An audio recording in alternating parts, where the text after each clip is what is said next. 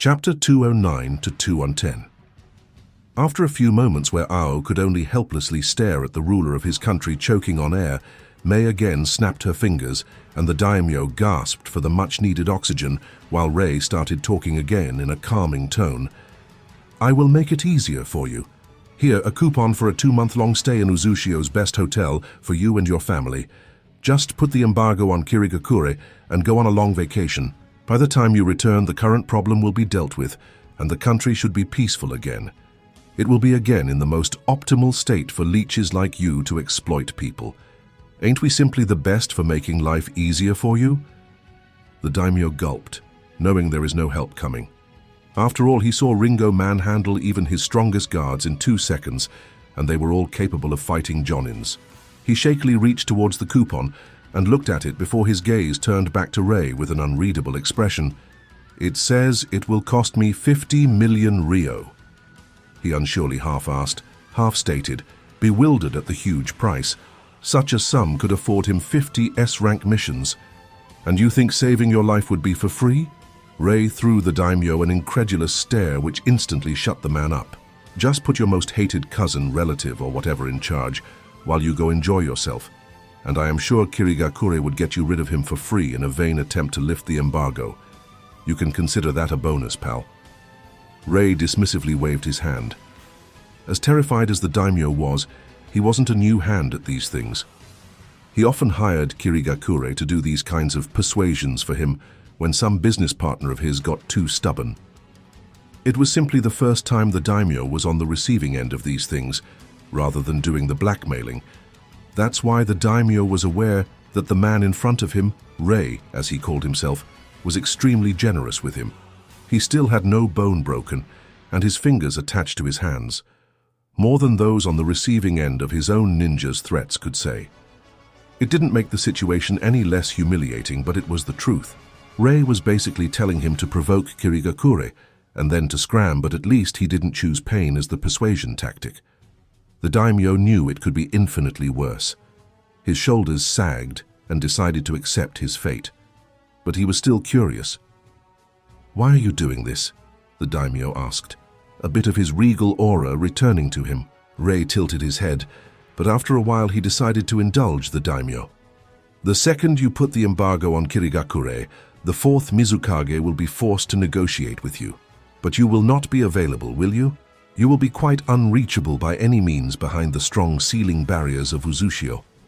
The poor sod ruling in your stead won't be able to lift a direct order from the daimyo. He will be only a temporary regent after all.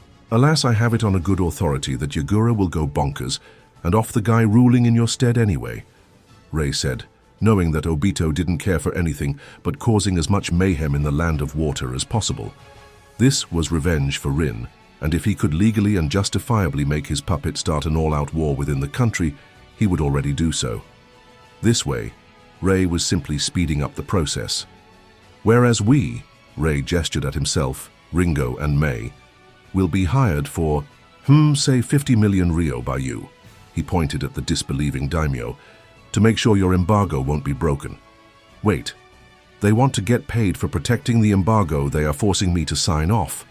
The daimyo thought almost with tears in his eyes, as he realized the man in front of him wanted yet another check worth 50 S-rank missions. Hence, when Yagura orders the assassination of Lord Daimyo's regent, you will be able to challenge him for a battle in the name of the Water Daimyo. Ao finished, understanding the plan. "But are you sure Yagura would agree? I can't see a reason why he would do such a thing." Let me worry about that, will you?" Rei chuckled. Obito will no doubt send Yagura to his death.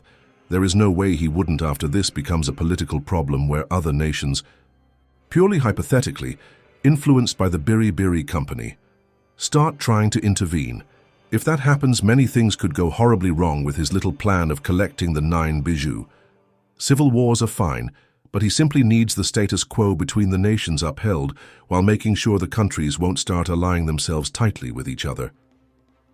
Rei could only grin. Outwardly, the resistance asked for help from other countries, and even the Biribiri Company. Everyone refused them, though, on the basis that they are simply rebels. Nobody wants to support rebels, nor rather, even the people who would gladly support a rebellion in other countries to gain benefits from it had their own problems at the moment. Danzo, for example, was dealing with a bit of an Uchiha problem. Therefore, Obito should be quite reckless, thinking nobody wanted to intervene in the land of water. Rei was almost sure he would go for the assassination of the daimyo's regent, if only to stir the hornet's nest even more.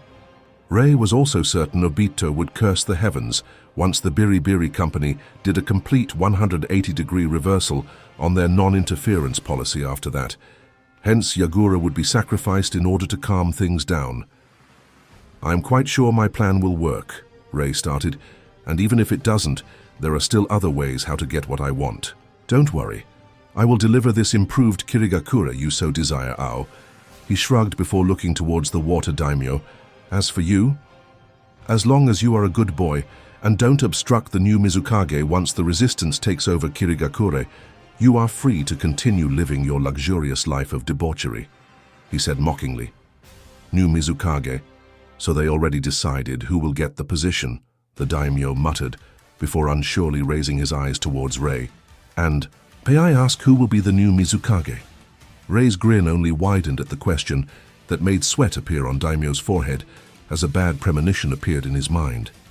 He didn't like where this was going, especially when Rei just meaningfully lifted his eyebrow at the question in a very amused manner. "I look forward to working together." Suddenly a cold voice interrupted Daimyo's thoughts, causing his head to snap behind Rei where Ringo stood with a small, condescending smirk. Daimyo's eyes widened in horror and despair as he looked pleadingly at Rei. "You must be kidding me. Her?" He whimpered when Rei simply nodded. The first person who ever manhandled him was to be the next Mizukage. God help me, the daimyo thought. The poor guy could only hope he won't be forced to taste more of his socks for Ringo's amusement. Rei and his girls stayed in the water capital only for 2 days to make sure the daimyo and his family left towards Uzushio, leaving behind only a regent whose name Rei really didn't care about, who would announce the embargo in 2 more days. After they cheerfully sent the resigned daimyo off, Rei decided to leave the water country no matter how much Ao protested. "It's just a waiting game now. We can't do anything until Yagura moves. Having people from Yozora skulking around the capital would only hinder Yagura from doing the right thing and sending assassins." Rei told the exasperated Ao before teleporting home, leaving the poor guy glaring at an empty patch of land. The second they arrived, Mei instantly rushed off to talk with Yugito, while Ringo got this overpowering urge to check on her forge.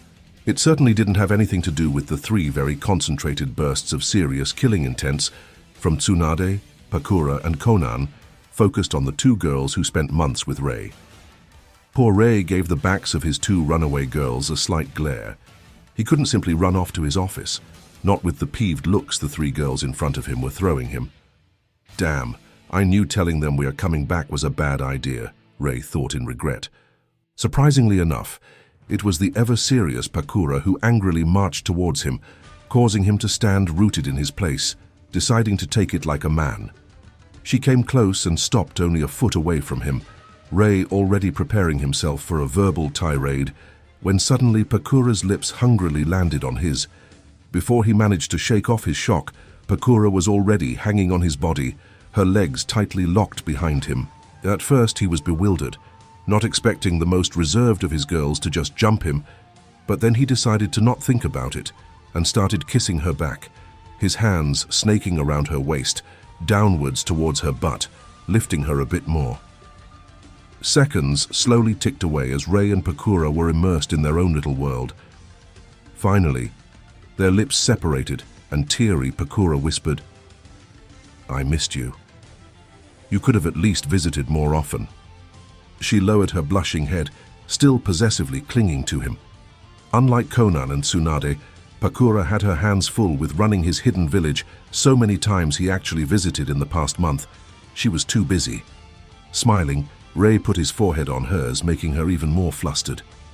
"Sorry, I didn't have all that much free time either. Trying to implement any kind of intelligence into dealings with the Kirigakure clan heads was frankly torture." Rei only briefly noticed that Tsunade and Konan made themselves scarce, and with a content feeling in his chest, he started pecking Pakura's lips as he marched them towards the bedroom. Little did he know that neither Tsunade nor Konan gave up and decided to give Pakura at most 2 hours of alone time. That night, Rei had to satisfy all three of them in what he would later describe as heavenly torture of pleasure. Why was he so stupid to show them how to use chakra in bedroom? The days started blending together as the girls took advantage of having Rei on hand. This was the first time he was away for so long. Sure, he stayed a week in the Land of Fire with Tsunade, but a week was much more bearable than an entire month. As such, Rei had to deal with quite a lot of exasperating yet cute drama. To his utter surprise, most of it came from Konan, who didn't like the idea of being separated from him. Only now did it strike home that this was the very first time ever they separated for more than 2 weeks in their whole life. That made Rei feel extremely weird when he realized how dependent on each other he and his girls became. Not that the feeling was bad, but it certainly cemented his resolve to proceed with his plans. He absolutely refused to have his family live in a world where murder is as common and natural as breathing. Not when the murderers had access to veritable superpowers. In the end, he made sure to follow the only way to attain personal peace for his family and himself. Hearing a soft hum from above, Rei slightly opened his eyes and squinted at Konan, who lovingly ran her fingers through his hair while leaning her back on the side of his sleeping fox, Blackie, who was already the size of an elephant. Rei petulantly decided to stay lying in Conan's lap despite being awake. He smiled at her. "Hello, Konan." He then looked at the small, pup-sized fox happily lounging on the top of Conan's head, messing up her hair. "Hi, Indigo. How long was I asleep?" The small fox yipped, while Konan rolled her eyes. "An hour. I must say, I didn't expect you to fall asleep. Tsunade must have been extremely demanding during the night," she playfully said in a knowing manner, but instead of blushing, Rei proudly beamed. "Sure was." Rei slightly turned his head to the right side where Tsunade was playing with her fox Blondie. "You know how hard it is to keep up with somebody with senjutsu," he added with a mischievous wink, knowing this was the only way to make Konan embarrassed. She absolutely resented that it was her who was every time sent to the dreamland through exhaustion when they had sex.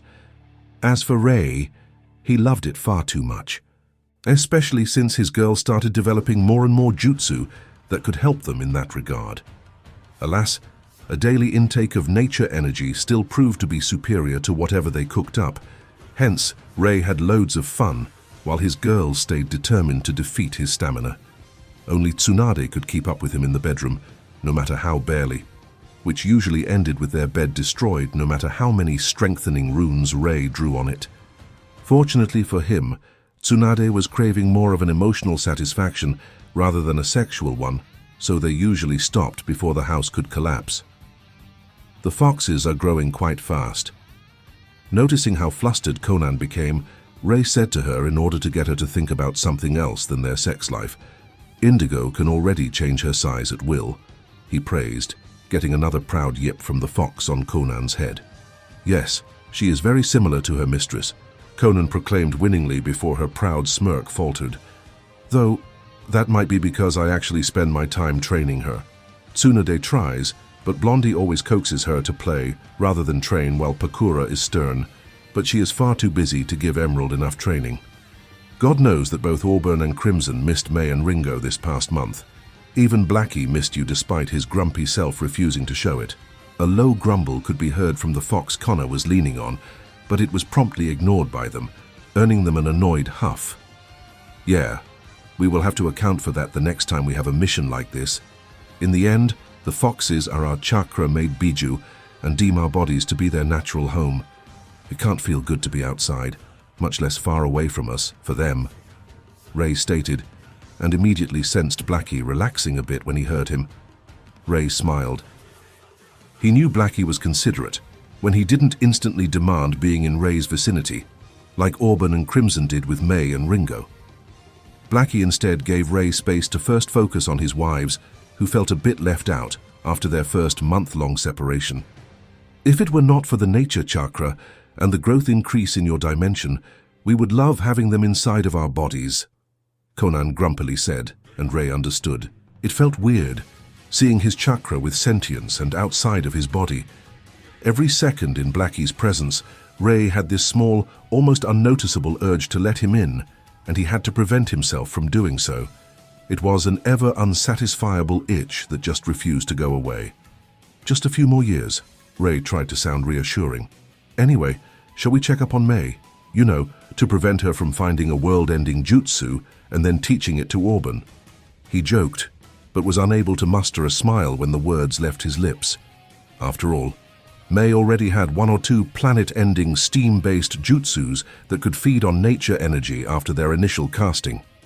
Whenever May was close to Auburn, she would get all these crazy ideas of new jutsus for either lava or steam release. Hearing him, Conan stiffened.